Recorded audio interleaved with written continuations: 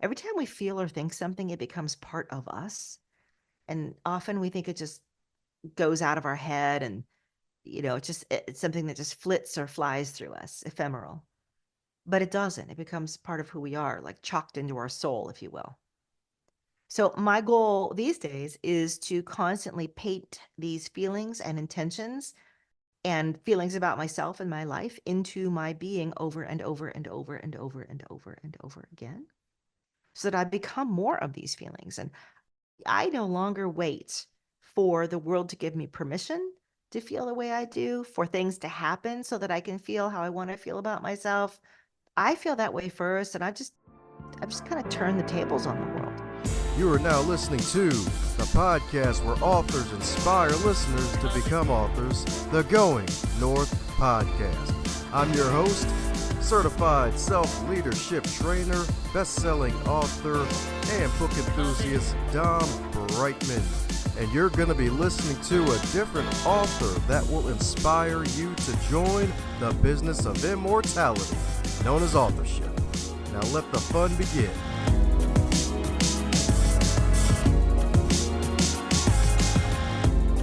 New episode, new review, highlight before it begins, baby. And this one is a 5-star review from Mom of 18. And their review is titled A Total Win. Dom is so fun with his guests and hits the heart of the subject. Such an easy, great listen. Thanks a bunch, Mom of 18, for leaving that review and letting us know what you like about the podcast. And if you too like something about the show, let us know via goingnorthpodcast.com or heading over to Apple Podcasts and leaving a review and letting us know what you like.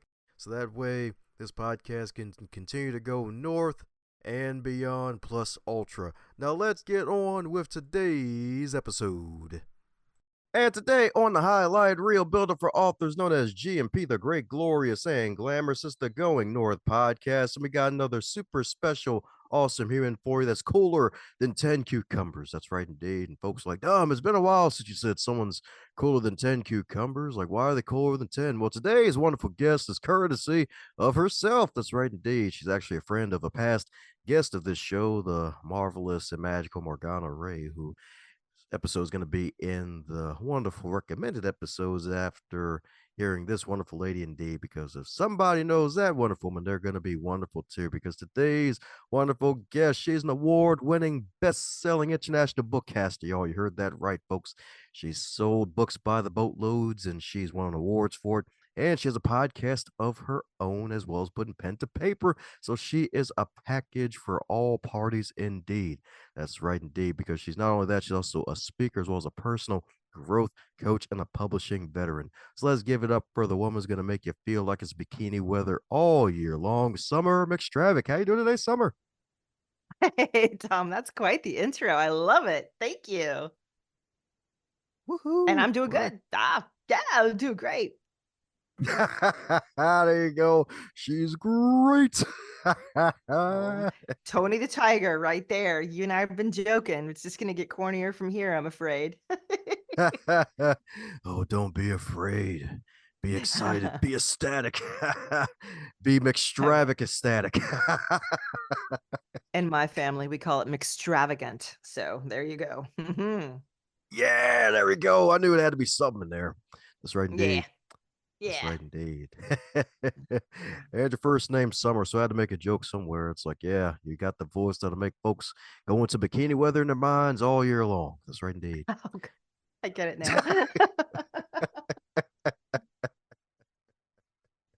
I gotta get caught up on this. I'm a little slow. I'm like, okay, I'll catch up with you soon. Bikini weather. No. Yeah, can't just say summer, like a season all the time, Gotta get a I little bit do. more creative. I do, and that's so funny because when I tell people who I am and how people are like, "What's your name? What? Can you say that again?" I'm like, "Summer, like the season." That's always what I say. I will change that up. Thank you very much, Tom. I have a new lease on life. There you go, a whole new lease on life indeed. But before the magical weather appears, before you discovered that, I'm pretty sure there was a whole boatload of trap doors you had to go through and potholes you had to escape to become the summer that you are today. So, mind filling in any cavities I may have missed about you? Oh, about me? Oof, what well, what do you want to know? Anything I mean, there's so many different rabbit holes we could go down here on, how I've gone north and south a few times, but turned around, eventually got myself north again. But dang, we can start anywhere. I know you talk to a lot of people about their books, and I'm sure we'll weave that in. But I've been doing this work with other people, personal growth work, mindset work, intuitive work. Oh God, my whole life, but um, began seriously doing so in about 2004-ish. So yeah, I guess we're hitting on 20 years now, of just teaching people how to take themselves into different places in their potential, their life, their heart, get beyond fear, do all kinds of stuff. Oh, listen, I got all serious on you all of a sudden. Hashtag serious summer. That's right, Mhm, indeed. mhm. It's where the summer weather gets into three-figure digits. Yeah. Extra spicy, extra season. Season. I That's get right. it. I'm getting it. I'm following. Oh God. Jeez.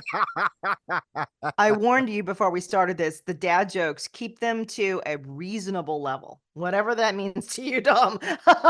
Reasonable. Okay? Like one every 4 minutes is not reasonable. No, I'm kidding. I'm totally kidding. You're adulting. I get Yeah. it. Wah, wah. So that means you're basically a prodigy. You basically worked for the magical hay of the house where they had the wonderful legendary Louise Hay and a bale of hay.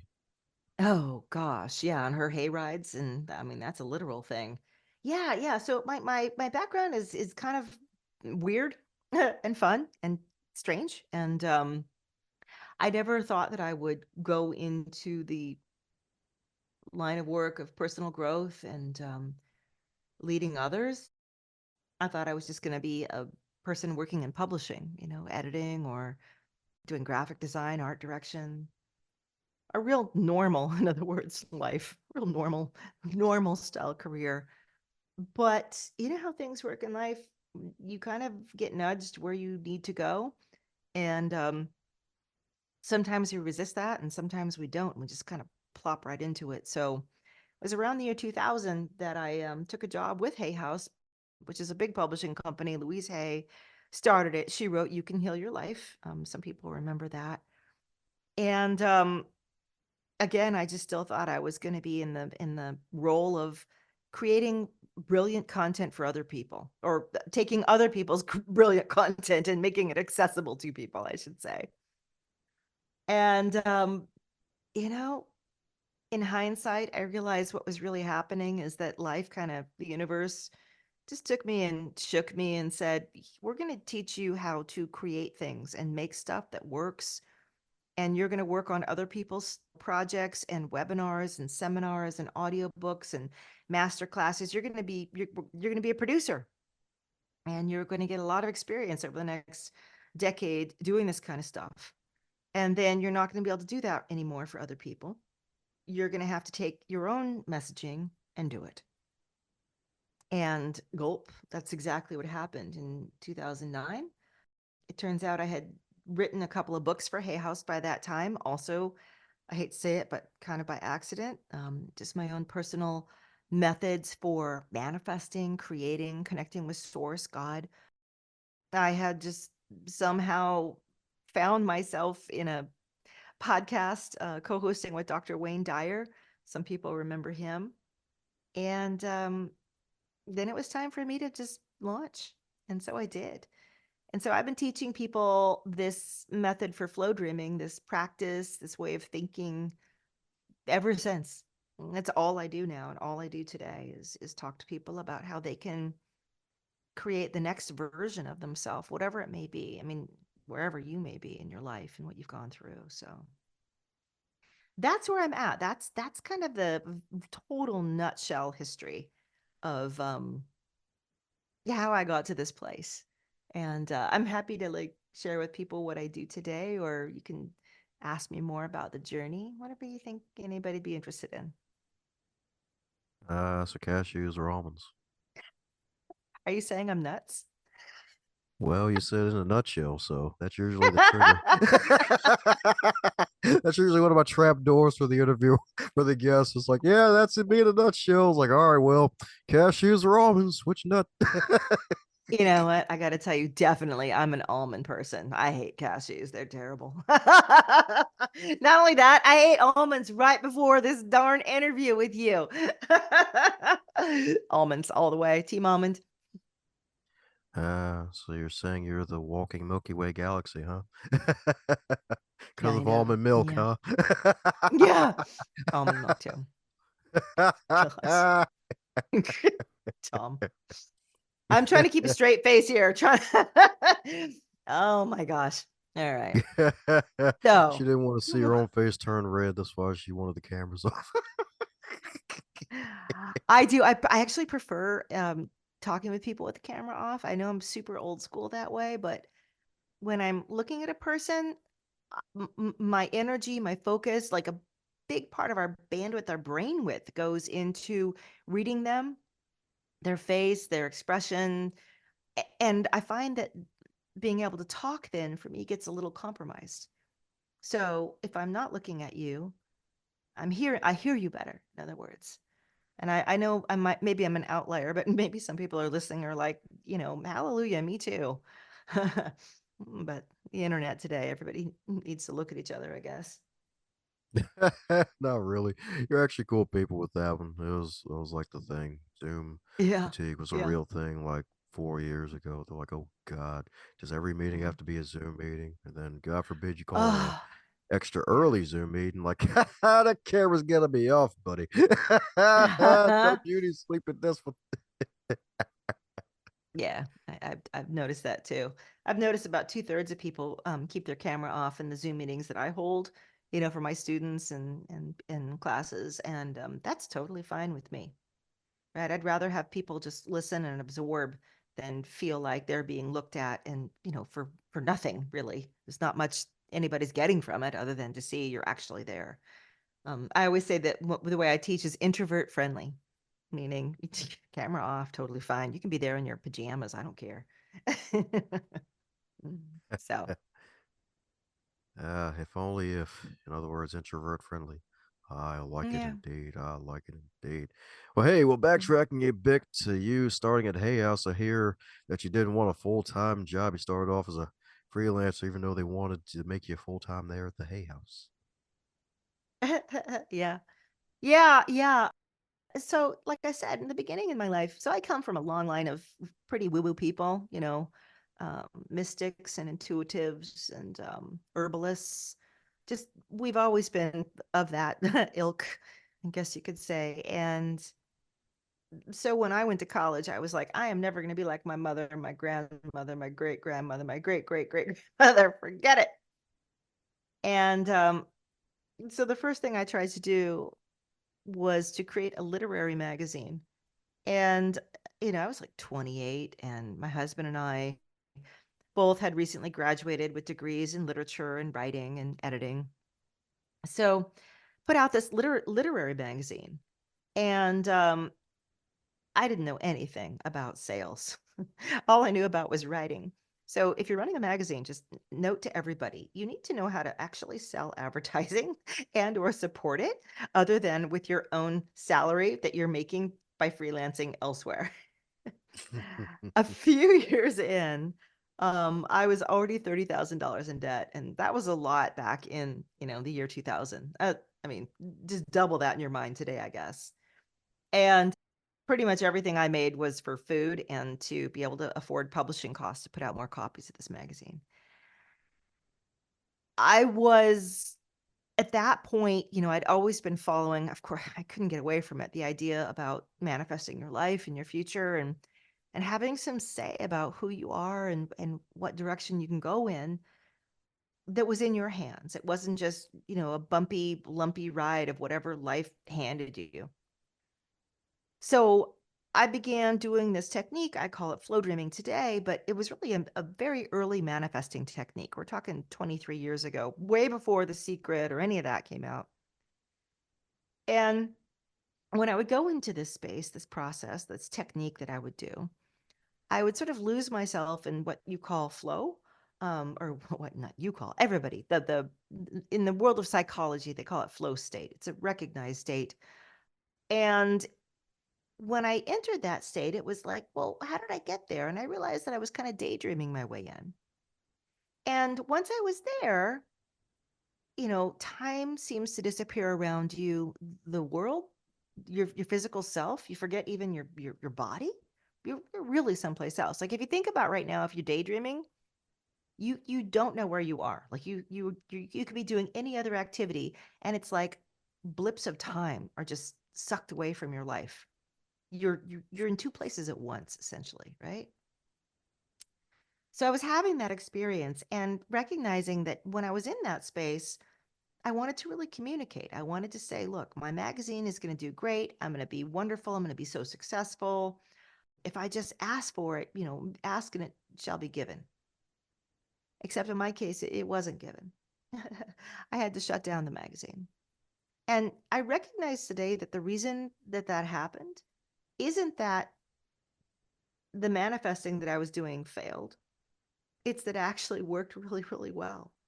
Because what I really wanted from life, and I call these our emotional endpoints, what I really wanted from life was to find my way into a path where I could fully express myself, my talents, my vision, the things I was curious about, I could share, where people would listen, where I could make an impact, where I could feel like every day I'm learning something new and growing all the time. And life, my life, was saying in response to me, or you could call it your higher self, God, whatever, this little dead end literary magazine isn't going to do it. So we're going to take that right away from you. And so I shut it down. And there were a couple of months of just feeling absolutely lost. Anybody who's like started a business and lost it, you know the feeling. or got your dream job and lost it. You know this feeling like, what the heck? I do not understand why this happened.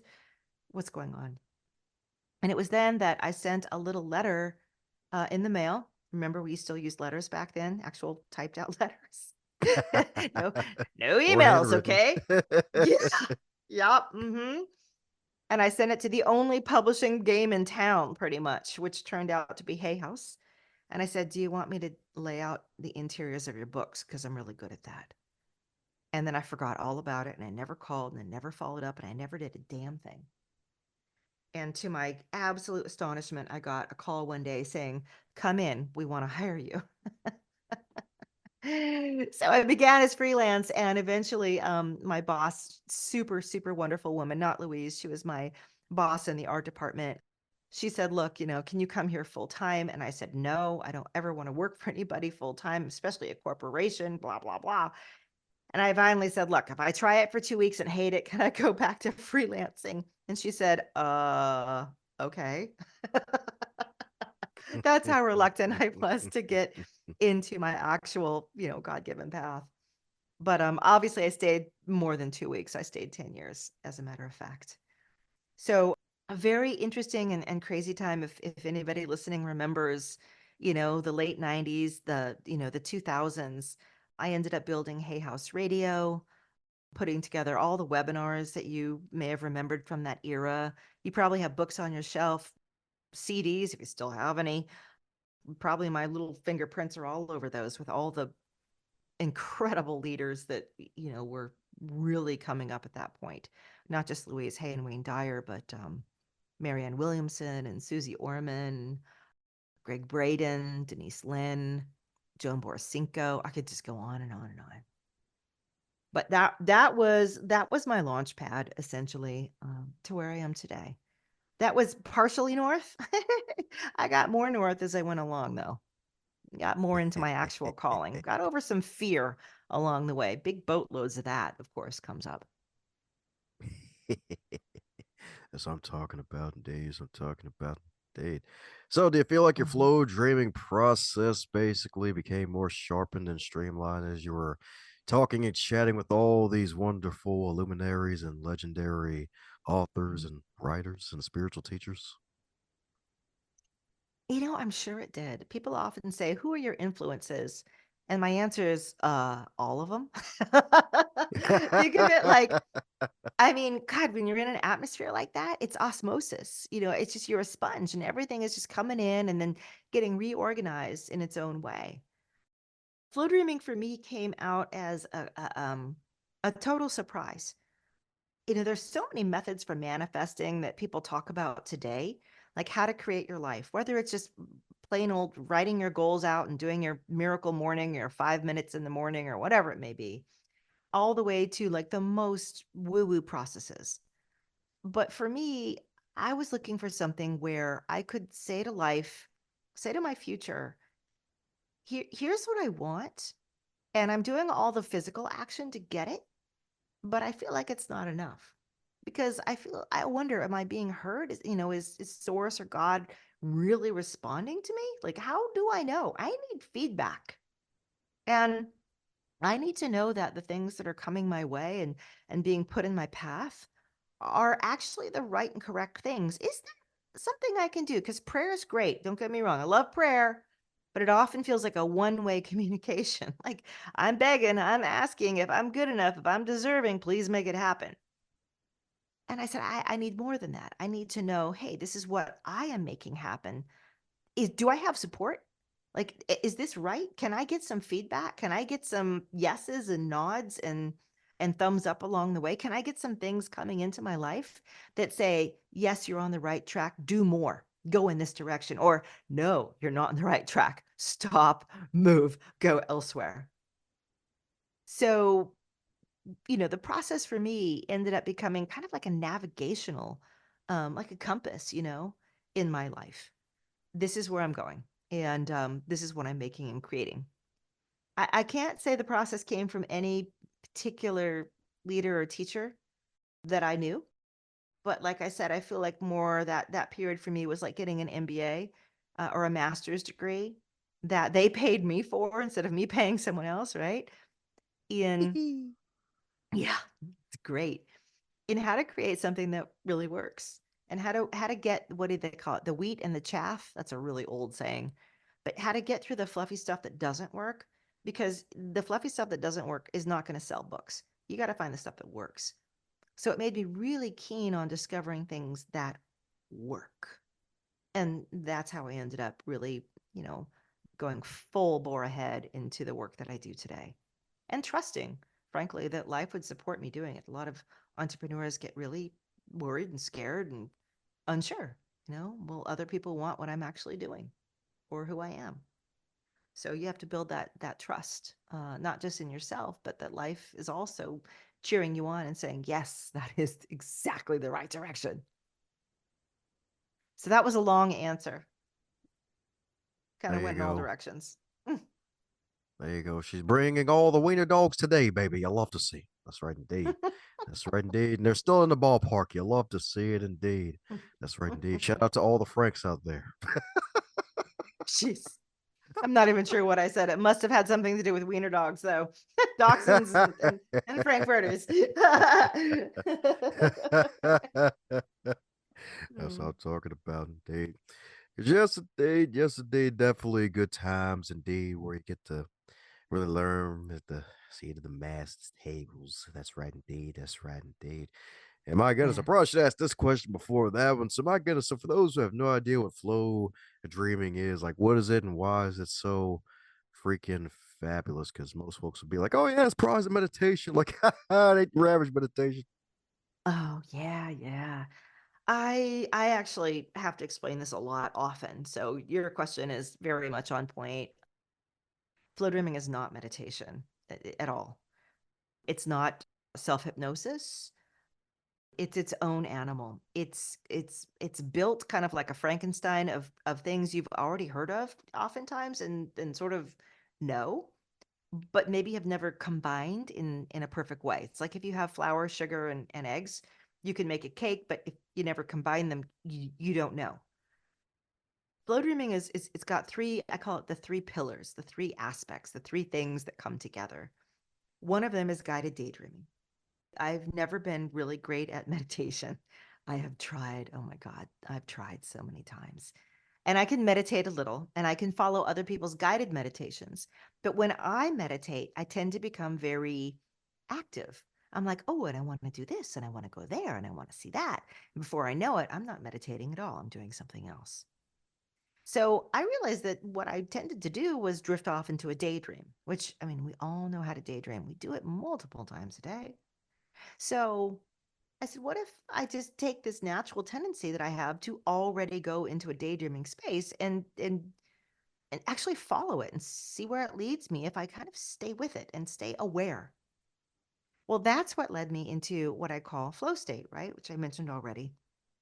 And flow state, the actual doctor who discovered it or shared it, his name is Dr. Mihai Csikszentmihalyi, the father of positive psychology, interestingly enough. And he identified it as when you're in a state where everything is just perfect. Everything's going right. Everything is coming together. There is nothing, you're not struggling. You're the opposite of struggling. You're flying, you're gliding. You want to know something, boom, boom, boom. The answers are coming.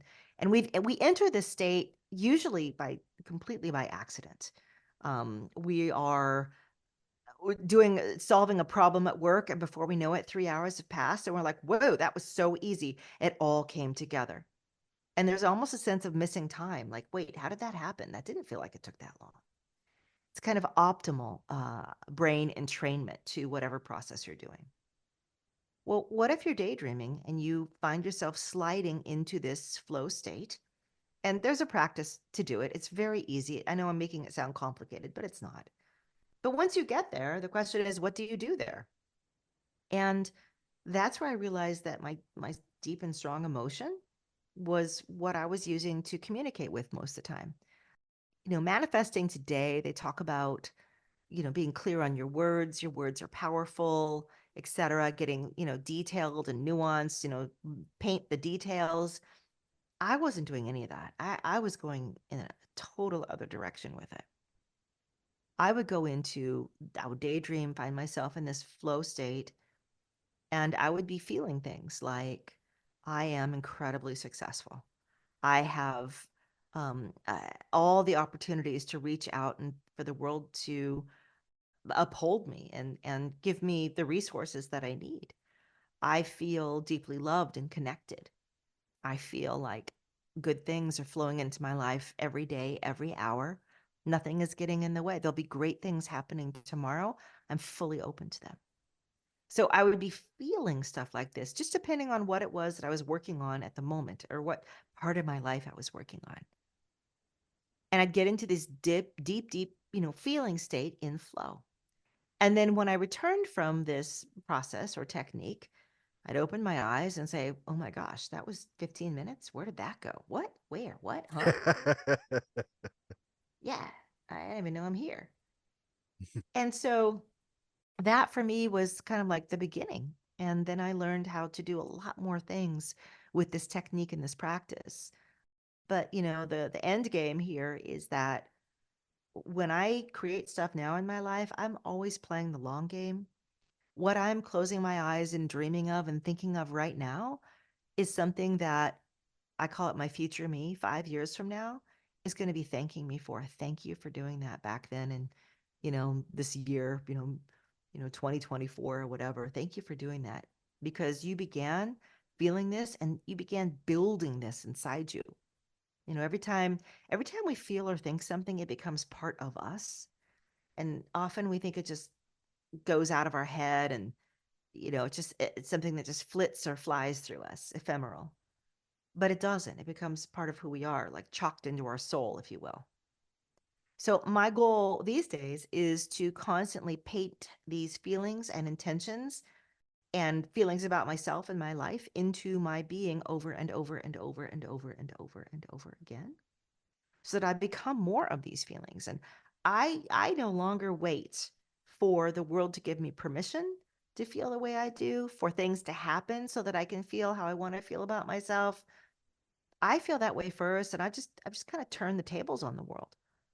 And I say to the world, you need to start matching me now. Because otherwise, we find ourselves just matching other people and situations outside of us, and oftentimes they can be just chaotic or just downright, grim, because most people aren't taking any kind of power over their lives or direction over who they are and what they're becoming. So, we just bump into their fallout, I guess. But when you do this process, everything changes. It turns around completely. Am I making this make sense? I know I'm just going on and on. Sounds like you got a new nickname, Summer the Architect McStravick. That's right, indeed. That's right, indeed. We're going into your mind and building a future. That's right, indeed. Flow Yeah. Dream now, 5 years later, you're season self for extra season self. Well, thank you. It's like, thank you, self from 5 years ago for Flow Dreaming. That's right, Oh indeed. my I God. feel freaking more fabulous indeed. That's right, indeed. It's so true, though. It's so true. Like today, people say, "Oh, Summer, you got so many good things." I say, "You guys, I've been working on this for 20 years, right? I mean, I began crafting and creating parts of myself over the last 20 years. Have you been doing that?" And they're like, "Well, I don't know." Sometimes I say yes, but often it's like, no, I've just been like, I call it responding versus pre-sponding, or reacting versus pre-acting, right? Ooh. Most people are responding and reacting over and over and over every day, hoping things outside of them will change. That your brother in law will be nicer, that your boss will give you a raise, that your kids will start speaking to you, that you'll find, $10,000 in a suitcase on the street. I don't know. We're waiting for things to happen to us so we can feel the way we want to feel. And that is a very reactionary way to live life. It takes your power away and it gives the power to the outside world. Instead, what I try to do is at least give myself some time each day where, instead of just replying and responding, replying to email, responding to situations around me, I go into a place, this non-physical space. I go to my flow and I say, I want to program these things. I want to experience these things. Here is what I call the energy template for these things. Like, I'm going to sketch it for you in my heart, in my feelings, and woo-woo people will understand what energy template means, right? Your soul self. If you're not woo-woo or into any of that, just think of it in strictly psychological terms. The more you start feeling certain feelings, emotions, the more they become part of you. Anytime you start charging up a certain neural pathway in your mind, that pathway deepens and becomes more clear. We know that as a fact in science. So, however you choose to look at it, if you start doing a practice like this, you change. You absolutely change. And when you change, the things that are around you, they cannot relate to the same person that you used to be, because you're no longer, that person's no longer there. That means the things outside you then are forced to change in response.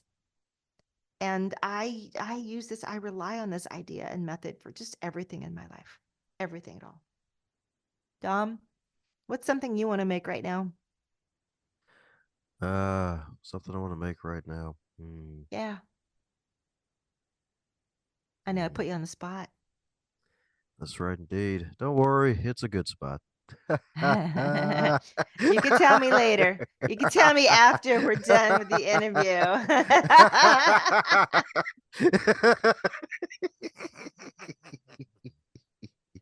How about we just say all good things and success in all ways, and that you find that your true calling is supported and continues to expand in ways so phenomenal that you can't even conceive of them right now. Would that be acceptable? Will definitely be well welcomed. Yeah. Uh-huh. There's a yeah, we all, I mean, I could say that for myself too. And probably some people who are listening are like putting their hands up like, "Me too, throw me in there." So, like, here we are at the beginning of this year. I don't know when you're gonna air this, but right now, and this is what I've been doing with my group as well, I've been saying, "Look, you guys, we're gonna plan and pattern our 2024." everybody has a goal sheet, things that you want to have happen, physical stuff you write down, like lose 20 pounds or, get my health back in order, find a new job, find a partner, fix my partner, whatever it may be. Like things that we have like a list, right? The goals. But the goals are just think of it as one half of the game. Goals are the physical things that we're doing. And if you think about life is physical and non-physical. Okay, again, I'm kind of going to that more woo-woo space or spiritual space. Let's call it that, right? Spirit. Most of us have some sort of spiritual understanding or practice. And so we have the physical stuff that we do, and then we have the spiritual stuff that we do. And too often the spiritual stuff is just, kind of kicked to the side and said, I'll practice gratitude and love and, love God and try and follow my path. And that's it. It was like, that's the only impact, just try to be a good person. Non-physical and spiritual is more than just a set of rules about how to behave. It's as active and alive and rich as all the physical things that you're doing, the action that you're doing. In other words, it's you can work with it. Like it's interactive as opposed to just like a listing of how to be a good person or whatever. So as you kind of go into this next year, the non-physical things that you're putting in and you're planning are like what I just said to you. My voice is heard. The light that's in my heart, what I'm very best at in this world, is completely supported. Whatever needs to happen for me comes in for me, guides me, makes it inevitable, makes it like I couldn't not do this thing. It's that easy. It's that obvious. I'm doing it before I even realized I made the choice to do all the things that bring me this sense of security and joy and love and inner pride. We're going to throw money in there because money is security, right? And for us to be able to continue to do the things that we're the best at, we need to have security so we can. So we build in Flowdreaming, we build what I call this energetic template or blueprint. And I spend as much time building this blueprint, this energetic blueprint, as I do doing the action and physical things. Well, maybe not as much because then it would be like I'd spend 4 hours in flow and 4 hours working. But let's just say every day I'm being very attentive to this is the guidance I'm giving. This is what we're doing all the physical stuff for, folks. Give me whatever I need, right? And I'm very receptive and I'm very open to whatever a person's belief is, source, God, wants to bring in, nudge me, correct me, shut down things that aren't right for me. That's cool. Like the old magazine for me totally wasn't right. Shut it down. And that's how I am going into my year ahead. And that's how I've gone into my year ahead for the last 20 years, frankly. And the results have been just, I don't know, remarkable. Totally remarkable. Does that make sense? Does that Pennies and nickels get you? and quarters too. Oh, sis. You you are a punster of the first order, Mr. Dom. I think you had to change your description of your bio, punster of the first order. I like that. Now I I got a can't new even keep up. moniker. You This probably is have a good. lot. Oh yeah, that's right indeed. Some call me the Ayatollah of Oh puns and cola. my gosh.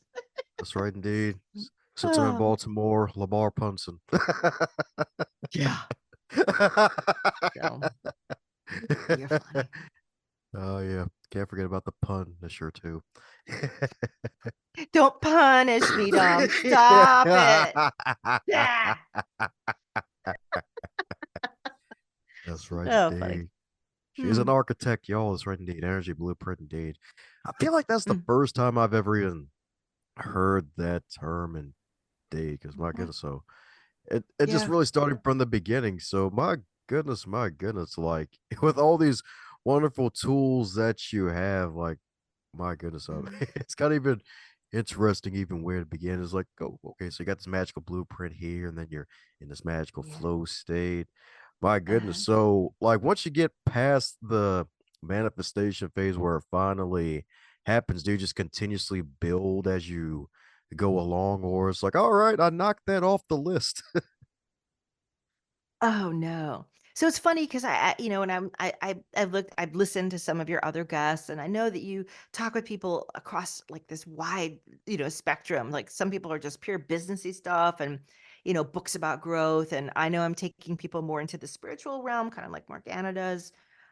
I don't just knock things off my list. For me, and this is my personal philosophy, I see my life as like a tapestry or like an old fashioned quilt, maybe your grandma had. And every square on that quilt, the quilts become more beautiful the older they are, right? The more they're actually used and aged, and the more that the squares and the colors and the fabrics don't match. Like and the love that's gone into it, like that for me is the best quilt, not something you just order off Amazon that's just perfect and stiff and matching. My life is the quilts, that grandma made. And every year I'm putting a new patch in. And every year is quite different. And one year my patch might be gray and icky. And the next year it might be bright, sunshiny yellow butterfly print. But in the end, it's all gonna create me, right? This becomes my being, my soul. So goals for me, believe me, I have plenty of physical goals. I don't want to act like I don't. I built a huge company. I've been in charge of millions of dollars of international company. I have goals and I'm very happy. In fact, I love being productive and winning things and doing all of that.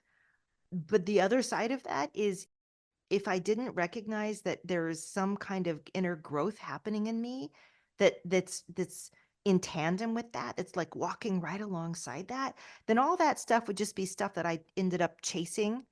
And we've all done this actually. We think we want something and we say, as soon as I get that, everything will be great.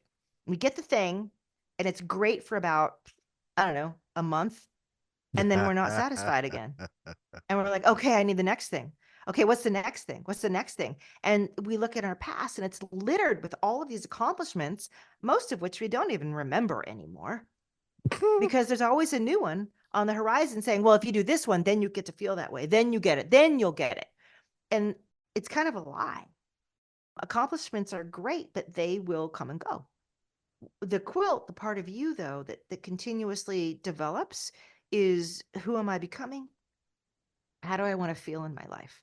So another idea, another concept I'll just throw out there is something I teach about called emotional endpoints. All the things that we want are things that we think will lead us to something that we want to feel.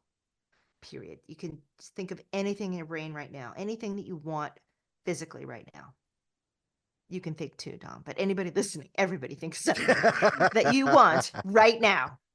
And everyone's like, I want to pay off my house. I want health insurance. I want to lose 20 pounds. I want my kids to like be nicer or to be healthy and healed. Right? We have something. But if you look past the surface layer, it's like, well, why do you want your house paid off? Why do you want money? Why do you want your kids to be healed? Why do you want to lose that weight? And then you come up with an answer like, well, for instance, I want to lose weight. I'm going to use that one because it's one I'm working on myself right now. Okay. I want to lose the weight because I want to feel relaxed and secure about my health. I want to release worry. I want to feel peace and confidence. I want to feel that I have the ability to grow so old I get to see my great grandchildren. I want the feeling of knowing I could travel on an airplane across the country or to another continent and I wouldn't have to worry about, will I have a health incident? I want to feel like I show up and talk to other people and the body that I'm showing them is actually reflective of me. Like this is the real actual me. So every one of these is a feeling that I'm ultimately going for.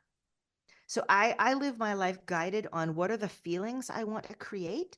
And then secondary to that is, what are the physical things that might lead to those feelings? And I always know physical things might change, but the feeling things almost never do. So there could be, 10 different ways for me to reach that feeling about my body and my health.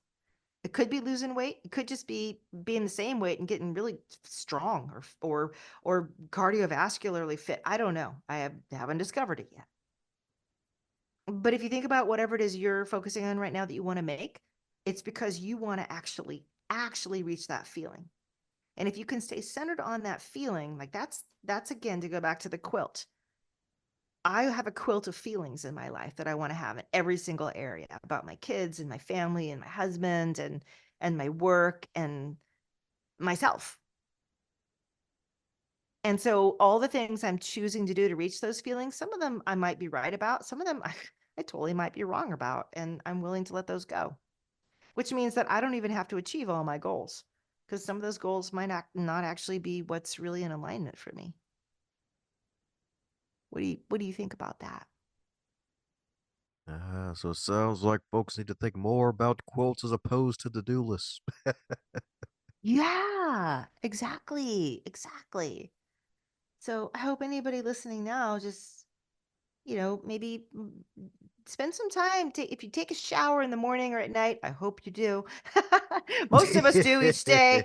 Okay. Or a bath. I don't care. Whatever floats your fancy. This is a gorgeous and perfect time to not just think about what to do next, but what to be next. How you want to be in the situations around you, what the situations and things you're wanting, how will they make you feel? Like that, if you start answering that question, you will find yourself on an entirely different path in life that will yield more and more riches. And flow dreaming might be what you use to get you deeper into that. I mean, it has for me, but other people use gratitude practices or meditation or prayer or a combination of all of the above. But I mean, there's no better time to start than like right now. It's never too late. Yeah, that's what I'm talking about indeed. That's right Mm. indeed. Focus on what you want to be. That's right indeed. It's always funny, always have to like trail it or chain us always to episode 4 with Wendy Oliver, if I'm not mistaken, where she mentioned how we're human becomings as opposed to just human beings. That's right indeed. Or human Oh, doings, just yes. human becomings. That's right indeed. Mm-hmm. Focus on Mm-hmm. who you want to be. Don't just be the gray patch today. You can be the rainbow butterfly patch tomorrow. That's right indeed. Hey, but gray patches are useful, man. I'm not going to discount those gray patches. We all have them in our quilts. And you can't complain that you have them. We all have them. We all have them. It's part of our lives, right? There's gold to be gleaned in them too, you know? Heck yeah. Add a T at the end for bad spelling. It'll be a great patch. Yeah. Yeah. Yeah. Yeah. So, since you've been on so many interviews on both sides of the microphone, is there a question that you wish folks would ask you more often? Hmm. Hmm. I'm gonna have to think here for a second. Something I wish they'd ask me more often. Does this really work? That's a really simple question. Does this really work? But, I think a lot of us get very jaded and dismissive. Like we've been through a lot of crud in our lives. And we just say, oh, this doesn't work. Oh, this is just blah, blah, blah. Works for you, not for me. Works for other people. Doesn't work at all. It's a bunch of, baloney, whatever. I live my life always asking myself if I'm wrong about something, which is kind of weird, I know. But if I have a belief about something and that belief is satisfying it's satisfying my need to feel right about it or to have an answer, but the answer only keeps me in the spin zone, like it doesn't advance me in any way. I always have to go back in and ask, okay, my need to be right about this, my need to feel soothed and assured about why I can't be better, why this won't happen, why I'm not allowed to have this, or I'm not supported, or why I'm not good enough, or why I don't get my needs met, or why, right? If I'm going to keep holding that answer because it explains it to me and I can just keep moving on now without thinking about it, then I've stopped growing. I have stopped a certain part of this human adventure. So I go in and I'll say, what if I'm completely wrong about that? What if I am totally, totally wrong? So if you're asking yourself, does all the stuff this summer person is saying, is it like, should I really try and believe this again? I want you to ask, what if I'm wrong about thinking that it's not true? What if there's actually merit here and I'm hearing it for the 400,000th time?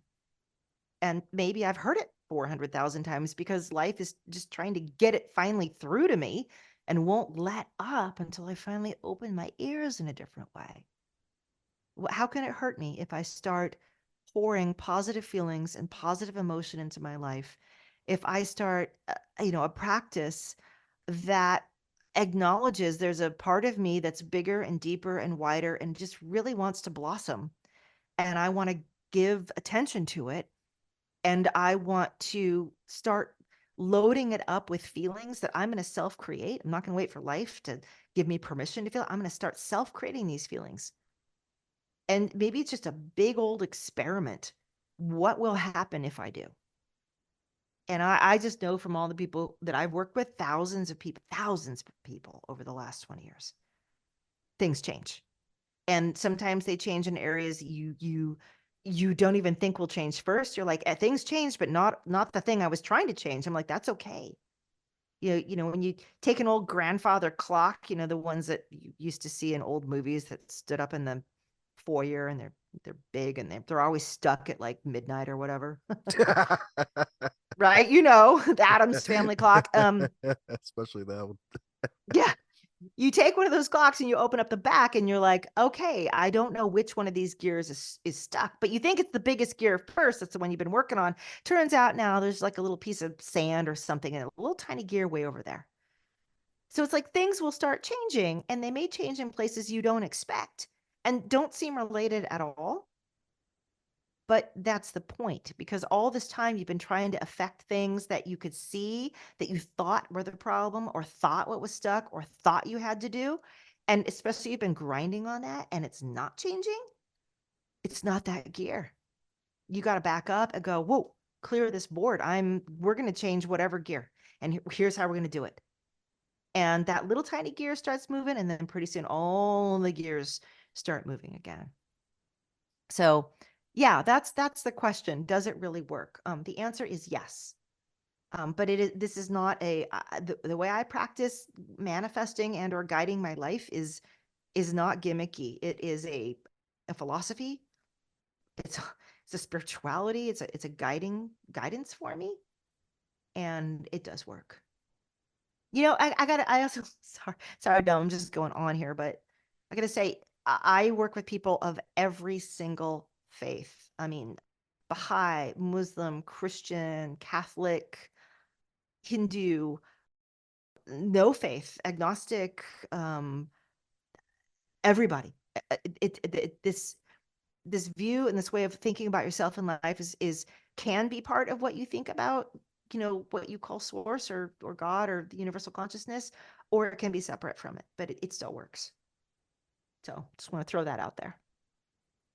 Yeah. Well, speaking of work, you've been working for a long time, especially with your wonderful background from Hay House and Hay House Radio, and you having a podcast for, if I'm not mistaken, been Mm. podcast for 18 years, right? Oh my gosh, yes.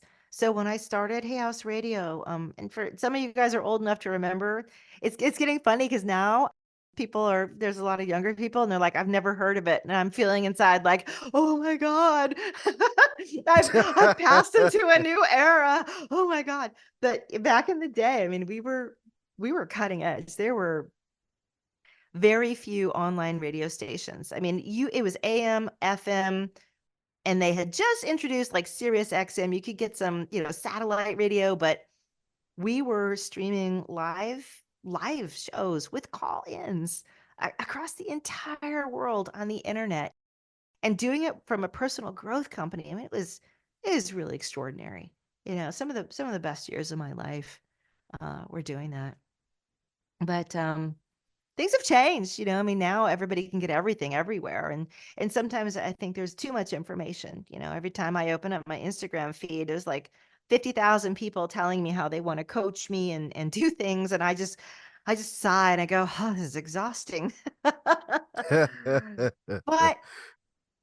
at the same time, there's a lot to be said for mainstreaming things that didn't used to be mainstream at all. Yeah, that's Anyway, right indeed. And then become a hippie. so yeah, yeah, yeah. But yeah, I've been doing my podcast since 2005. So that's I'm actually hitting my 20th season. That's 20 years now that I've been, and you can find it the podcast. I should be marketing myself a little bit more here. I've forgotten to do that completely. It's called Flowdreaming, and it's flow like FLOW, flow like a flowing river. And you can look that up. I have an app on your phone, also flow dreaming for meditation and manifesting. I give away flow dreams. So the flow dreams that I give away, think of it like meditation versus guided meditations. You can meditate on your own, or you can get someone's guided meditation and it just kind of makes it easier, right? And often it surrounds a certain idea or topic. So I give away a number of flow dreams. One is for finances and abundance. Another one's for alignment. And I also give away a free tutorial on how to learn this whole process. And you can find that on YouTube as well. Should throw that in there. Yeah, so I'm talking about throw it in there like throwing it in a bag. So, what would you consider your Yeah. three major lessons learned from your 20 years of podcasting? Oh my God, 3 major lessons about podcasting. Oof, ooh, ooh, ooh. First of all, podcasting. By the way, I actually have my own little boutique podcasting website. I forget to mention it sometimes. It's called inflowradio.com. Got some amazing other I've got some spiritual readers, mediums, teachers who are all there. I would say that the lessons that I've learned is there's a podcast for everybody, like literally for everyone. I mean, you can't be in a niche, I don't know, that's so small that nobody would listen. You could talk about I love orange couches, and that's all we talk about is orange couches. You will have people come listen. And that's one of the great things about this. It's a great leveling. There's no gatekeepers anymore. Like even in publishing, you used to have gatekeepers, right? You had a publisher or nobody'd hear read your words. And then on demand publishing came around, everybody could suddenly read your books because you could just put it up yourself. Podcasting is the same way. Everybody can have their own radio show now. Everybody can communicate and be with an audience. So when you do that and people are listening to you, they start to feel like your best friend. Like Dom, a lot of your listeners, they think you're their best friend because you're in their ears, like you're literally earbuds going into their brain every single day or every single week. And they get to know you over time. And that's an extraordinary privilege. And it challenges us to also be vulnerable and open that they're not wasting their time getting to know us, that we're actually sharing who we truly are. So I guess that's number two. And then number 3 is that not to be afraid to change as you change. So 20 years ago, in fact, people can get my first 10 seasons of shows. I put it behind a subscription in Apple because it was just easier that way because 20 years of shows is a lot, but it's like $3 and you can listen to like the first 10 years. And you'll hear I call her Baby Summer. Baby Summer in 2005 and 2006, she was like 30 something. She was just like, "Oh my god, spirituality and guess what I'm learning?" And she's very cute. She's young though. She's young. Oh, she's still Older cute. Summer? No. And then you're going to Selling hit the yourself summer short is from not allowed here. oh, I have a good self-esteem. Um, you got a summer from about 2015, and she's like, "Oh my God, you guys, I'm going through cancer, and this is like the worst year of my life." A very sober and thoughtful summer comes out for a few years. A very go big summer comes out. When you podcast like this, it's almost like having a diary that the entire world hears and will stay up for pretty much forever. And if you have to let yourself change and be different every year of that, your show can't just be the same show every year. You're going to change, and what you say is going to change, and what you're interested in is going to change. So it's more like getting a big collection of friends together who all want to like hang out year after year, no matter what weird stuff we're into this year. And that's my third thought about, podcasting this long. Don't be afraid to change it up. I've done it multiple times. There you go. There you go. I feel you, especially on point number three, because funny enough, years ago, I was like, oh yeah, I thought no, we don't talk about romance. We don't have romance authors or politics on here. And then next thing I Hmm. know, I co-write a book with someone who actually had a romance novel under a pen name. It's like, hey, well, since we invite folks to be their whole selves here, you want to mention your romance novel? I was like, oh yeah, sure. And there we go. The Yeah. gateway's open, and a bunch of other creative folks came. So yeah, it's all right. Got to be open. Got to evolve with the times. Evolve yourself. That's right, indeed. Plus, I only want to be hanging out with people who are most like me. I know that sounds really weird to say, but we all feel that way, right? Our Darn friends, the right, we people we do. love the best, like they're people who kind of think like us. And if you're podcasting or talking in such a way that pleases the many, then you're going to have a lot of people who aren't like you at all, and they're not going to be people that you love and care about and adore and want to talk to every week. So that for me is really important. I now podcast for the fewer people who are more like me, and therefore I am more, I don't know, emboldened and honest. And so I think that's important too. There you go. Woohoo! That's right, indeed. It's all about that impact, baby. That's right. It's all about that Yeah. impact, indeed. That's right, indeed. What's the funny enough? Actually reminds me of one of John Maxwell's sayings after a while when you're speaking. He's like, "Yeah, I want a million friends, not a million fans." Yeah. Yeah, and maybe just because I've gotten old, I'm actually in my 50s now, which I'm sorry to admit, but I'm also Sweet happy because 50s and I made fabulous. We love to it. see it. I made it. But yeah, the older you get, the less I don't know if I can use explicit words here, but the less F's I'm likely to give. So yeah, it just makes for a lot more fun, and that's a lot more what I focus on now too. Well, I'm glad that's real for you. That's right, indeed. Because some folks, as Mm. they age, they sometimes still have that small mentality where it's like, oh God, what would they say or think if I wore or did this thing?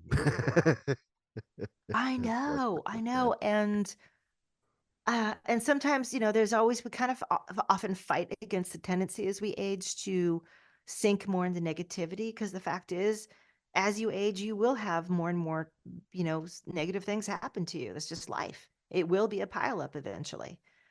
So the question is, how do we deal with that pile up? Do we just be crushed under it? Or do we recognize it and just say, yeah, everybody's got that. Who am I going to be in this? How will I have let this affect me? And that's, we all know a lot of people in our lives who are just negative, and we just wish they weren't, but we understand how they got that way. And I'm just hoping that's not going to be me. And again, that's why I practice. That's why I do my practice, right? No matter what life is giving me, I'm not going to use the lemon and lemonades here. I know what you're thinking, Dom, but no matter what life is giving me, my question is, who am I going to be in this? And what practice will I bring to it? What awareness will I bring to it? And yeah, so but flow dreaming for me is the way that I keep a short leash on that part of myself in a good way. So no leash that's as short as the Great Wall of China, Yeah, I guess so. huh? A celestial leash. Funny. There you go. That's the real leash on life right there. That's right, Dave. Hmm. Leash on life. Oh, s- You're unstoppable. That's right, indeed. The power of the pun. You never knew puns had this much power. I know. I know. The Well, power of puns. Sorry. it's That's funny. punderful. Well, Mm. two more questions. I'll let you make a run for it. So, if your fabulous book, stuff nobody taught you, 40 lessons Yeah. from M.E.School to help you stop being miserable and start feeling amazing. If that book were a food, what would it be and why? Oh my God, if that book were a food, it would be either key lime pie or banana cream pie. I'm not sure which one, or maybe a combination of both. That would be icky, but one or the other. Because the whole intention of this is to reinvent yourself to get into that sweet, revitalized, delicious feeling in your life, to release the brakes, to know where you're going, to feel satisfied. So yeah, I would say it's one of those pies. And I also happen to like those pies. There you go. No, I'm guessing they're both tied for first. Hmm. Yep. Chocolate So it's chip been cookie, maybe something like that. It's a sweet treat of some type. there you go. It's a banana key lime pie, y'all. That's right, indeed. That's right. It'll Yeah. make you feel bananas, the good kind of bananas. I'm wondering what other people answer. Like, does anybody ever say it's a steak? Like it's meaty and like, I don't know, red blooded. Oh yeah, we had all sorts of answers. Yeah, we've gotten steak for one. I forgot who that was, but That's we funny. did have. Let's see, we had another guy say flapper pie, and I was like, "What the heck is that?" And apparently, I it's never like heard of this that. made right. Yeah, I was like, Yeah. pilaf? I don't know. Flapper pie? Is that like a roadkill pie? That not in my book.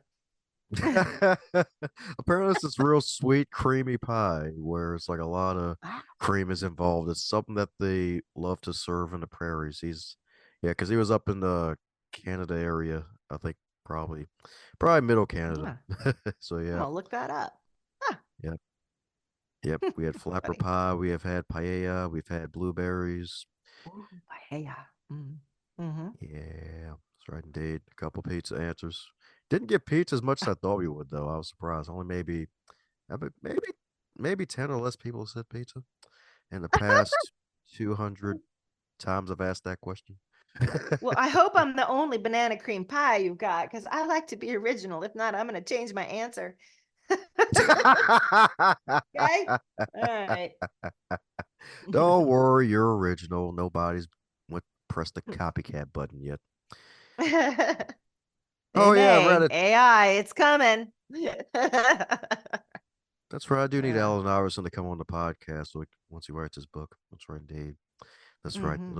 It'll be a full game. It won't be practice. That's right, indeed. That's Mm. right. Well, speaking of practice, we're coming down to the magical question that every guest gets to receive, and that is if you'd wake up tomorrow and you were 25 again, but you're still in the current year, what advice would you give to yourself? Oh my gosh, if I'm 25 tomorrow, but it's still this year. Yep, Well, your that's a husband will be a cradle whole robber. Yeah, that's a whole interview. Yeah, he'd be like, "Oh, you're as old as my daughter. This is weird." I would immediately, besides that very unprofessional comment there, but I've been with my husband literally since I was 16. Okay, so I can say that, right? He's known me my entire life. I have one of those very unusual, 35-year relationships that not many people have. Um, in this Woohoo! era. So if I was 25 tomorrow, I think the first thing I'd do is I would say to my husband, throw on your backpack. We're going to go around the world for like 2 years and we're not going to worry about anything. We'll get it all figured out later because we got another 25, 35 ahead of us. Um, After I did that, just because, I'd feel like I had that spirit of reinvigoration and adventure. What would I say to myself at that point? Oh, I'd say, look, you're going to reinvent yourself so many times in the years ahead. And every time you think that you found the final perfect enchilada, that this is it, you're going to get it for a while and then it'll go away. And when that happens, just don't sweat it. Another one's coming around, right? It's like bus stops. The buses will just keep coming to all the bus stops. You think the bus pulled away and it's done. Another bus is coming. Another bus is coming. And you'll reinvent yourself over and over again. And each time there's a reason for it. There is new growth to be found. They won't be the same reinventions. Sometimes it'll be your health having to come back.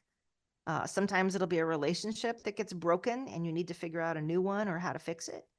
Sometimes it'll be you lose somebody you love so much in your life, and you will not know who you are afterward for a while, and then you will reinvent.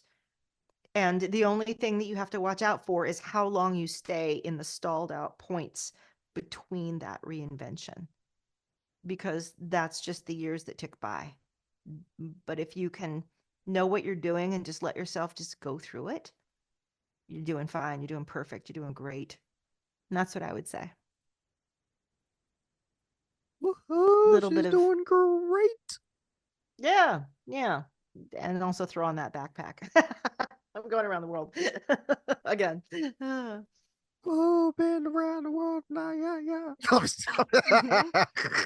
hmm I actually did that when I was 19, but not for 2 years. Back then, it was a lot harder, I think, than it is today. We didn't have cell phones or anything back then, so you were really on your own. You were really cut loose. Um, There you go. That's right, indeed. The alibis will stick longer. That's right. mm, mm, mm. Yep. Couldn't resist. It was right there. Yeah, The opportunity was sorry. there. It's always there. I know. Oh my gosh.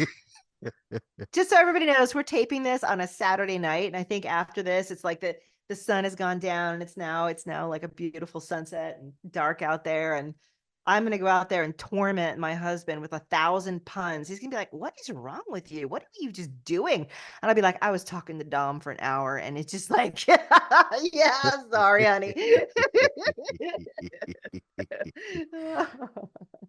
Don't worry, Anyway, he's your honey bun, so put a pun on him. yeah, I will. My bunny hun. Oh, so you're hopping to it. I love it. Didn't say that. Oh. There you go. It's okay. It's okay. All the bunnies are welcome. That's right, indeed. That's right, indeed. That's right, indeed. So my goodness, the good news is folks probably only got, I don't know, 0.001% of all the summer has to offer. So for those who need to jump into the other 99.9% of all the summer has to offer so they can also bring some speedos to the all year bikini party known as Flowdreaming. What's the best way for folks to do so? Flowdreaming.com. That's my website. Like I said, I've been around for 20 years, so I'm kind of all over out there on the internets. But if you go to my website, I give you all the free stuff that you can start and like listen to, and then download the app on your phone. Just look up Flow Dreaming for meditation and manifesting. Check out the podcast, 700 episodes. You can just sift through at your leisure. And check me out on YouTube because I also have a tutorial there that will lead you through flow dreaming. And then, if you're really, your mind is really excited by this and you're like, I want to do some of those things that she was talking about earlier, reach out. I have a lot of stuff. I have a monthly mastermind. It's low cost. It's like 36 courses that I've put out over the last 3 years that talk about how to shift and change multiple areas of your life. I've been very, very prolific. I have over 300 recorded flow dream meditations or flow dreams, energy activations, playlists. I mean, there's so many ways for you to start. Just start, just start. But yeah, start with my website or my podcast or my app. Woohoo! So heard that right, folks. Gonna need like 1,000 dream catchers for all the dreams you're gonna be having thanks to summer indeed. That's right, indeed. So heard that right, folks. Check out a wonderful site, check out a wonderful wares, and Dave. We're gonna put a links to all of our wonderful things in the show notes. So be sure to subscribe to our podcast show. That's right, indeed. Because hey, if you're kind of woo woo, it's cool. If you're full woo woo, it's even better and not butter, y'all. That's right, indeed. And the good news is her magical book stuff nobody taught you. That's also on audio, and she's reading it too. So if you enjoyed getting Summer in your ears, you get to get her in your ears even more, indeed. So you'll really have the full season in your brain. That's right, indeed. That's right, indeed. Well, before wonderful bunny riding camel appears to join the magical beach bikini party, any words before we close up shop, Summer?